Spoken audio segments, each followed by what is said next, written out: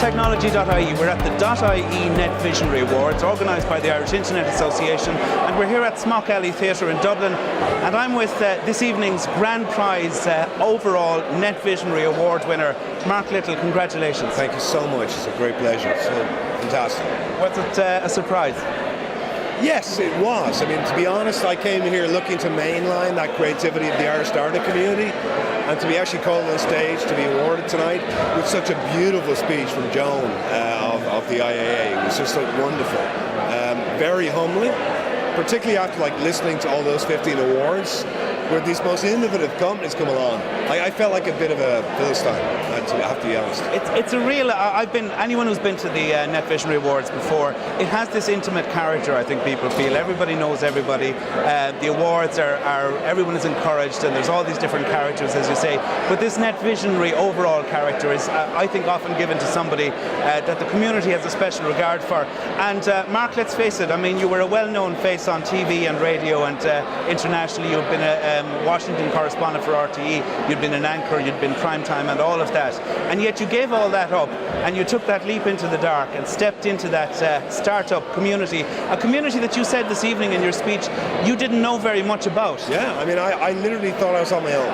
I walked out that door and I had a few friends who were involved in the startup community, but I thought I was on my own. And very suddenly I realized that the people were coming to me going, I understand your risk, I'm here for you, don't worry.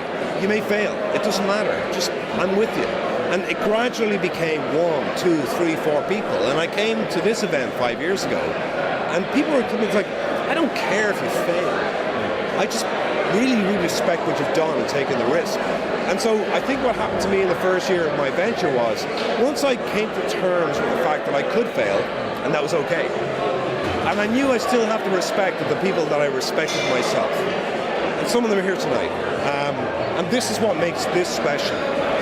When people are respected and awarded for taking risks as opposed to having outcomes, that's a remarkable thing. And that distinguishes Ireland's startup community from, Silicon Valley, where it's all about results, or return your investment, or Berlin or Stockholm. That's our strength. And so I kind of am a living embodiment of the strength that comes from a community. And I honor it tonight. No, I'm not honoured tonight. This crowd are honoured tonight by having, hopefully, a couple of successes like ours. And indeed, you mentioned the people who've been with you along the way, some of them not with Storyful currently, but as you say, it's a question of building that team and gathering that team around you. Mark, when we talk about visionaries, and this is the Net Visionary Awards, it's about having vision, it's about perhaps seeing a little bit further than other people. I have to admit, and I'm techie and I'm plugged in and all of this, but like a lot of people, I remember when you started Storyful, there was a lot of interest because it's Mark Little, what's exactly is it that he's doing? But I remember having difficulty getting my head around it. Yeah. What is a social media news agency?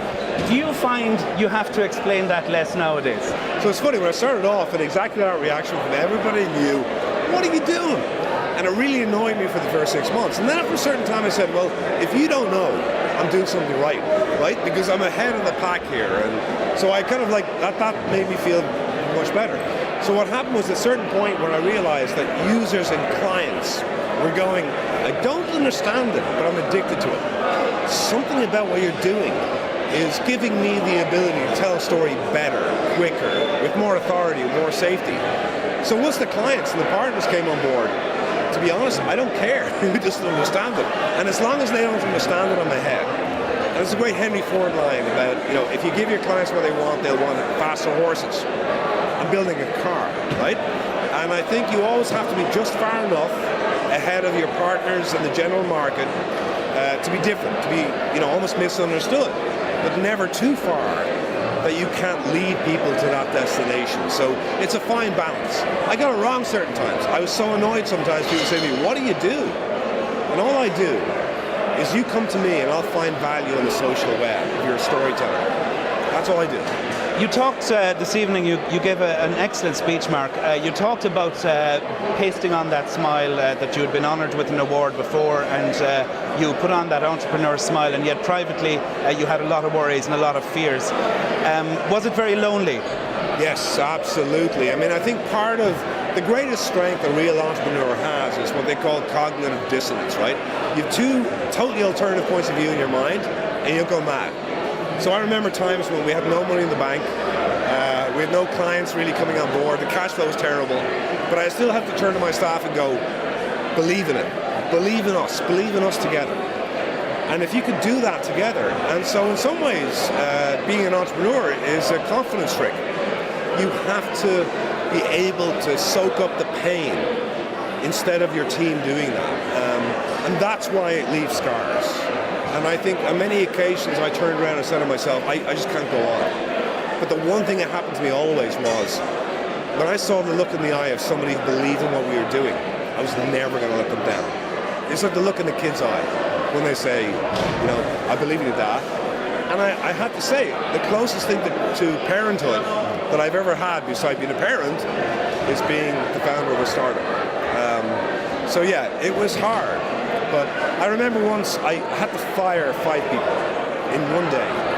And at the end of the day, the team invited me for a pint. And I couldn't go. I said, I can't go there. They said, no, you got to come. And as I walked out the door, the youngest member of the team came up and hugged me and said, you changed my life. And I got into a cab and I cried all the way home. But I've never forgotten that moment. And this is the weird and wonderful life of a startup. If you can't accept it, don't do it. Tell us about Storyful today, Mark. You're the CEO of Storyful. You've been acquired by News Corp. What's next? Well, what's been great is we were 27 people in December of 2013 when we were acquired by News Corp.